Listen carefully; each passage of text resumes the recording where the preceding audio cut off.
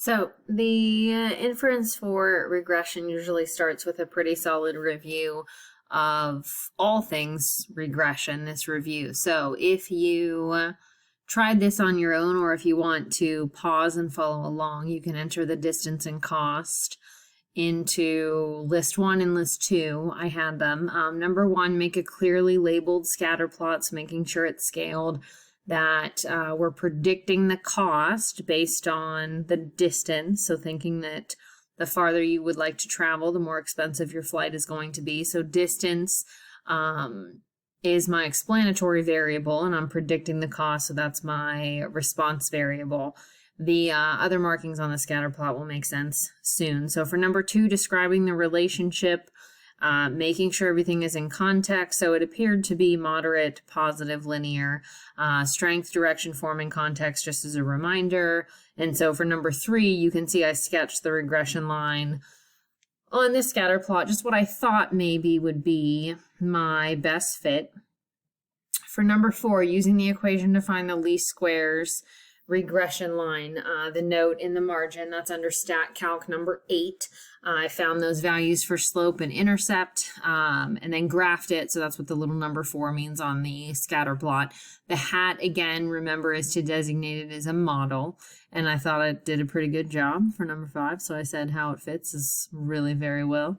Explaining what the y-intercept means in the context. If you weren't to go anywhere, that's essentially like a base price.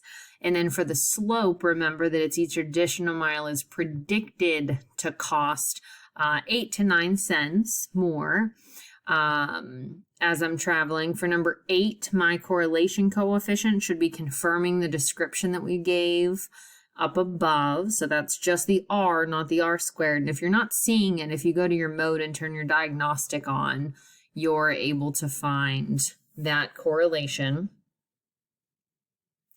Number 9, the R squared, the percent of variation in cost explained by the regression line.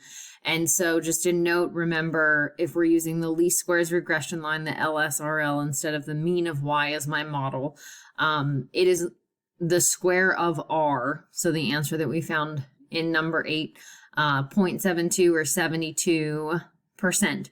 For number 10, constructing the residual plot. And so this we're going to need for our conditions later. My residual list, when I'm looking at the scatter plot under second stat plot, I want to keep my X list as list 1, which were the distances, but I want to change the Y list to the resid list. So if your cursor is blinking on the Y list when you're in your stat plot editing, you hit second stat to get to your list of lists, and the resid list should be there. And if you worked through this problem and calculated the least squares regression line on your calculator, it's the appropriate residual list. It's the last time that you ran that stat calc number 8. It's always that resid list. So the random scatter of points doesn't mean that it's a good fit in terms of strength. It just means that it's appropriate. And so it's telling me that it's not curved and that I shouldn't straighten it with logarithms first, that it works to actually use a line. So the next couple, just making some predictions to practice those.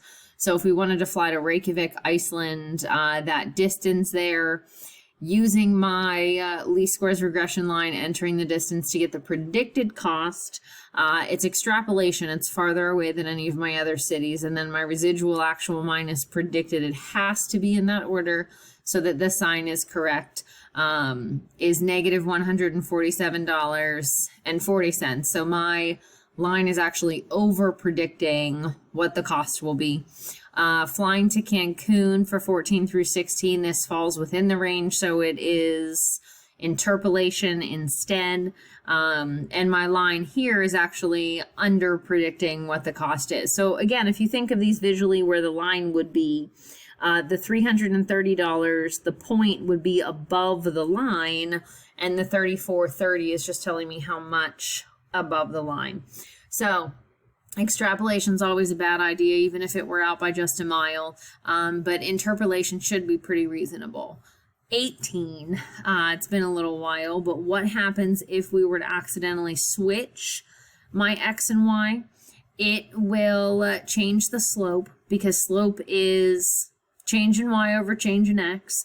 One of the other formulas we had, we knew that it was the correlation times the standard deviation of y divided by the standard deviation of x. And so if you reciprocate that fraction, it's obviously going to change the outcome. R and R squared don't change, though. It's not a quotient. The correlation coefficient is just a product. And multiplication is commutative, so it doesn't matter if we accidentally swap my x and y. So a very fast review of all things regression. A lot on the calculator, but that is setting us up for the hypothesis test and confidence interval.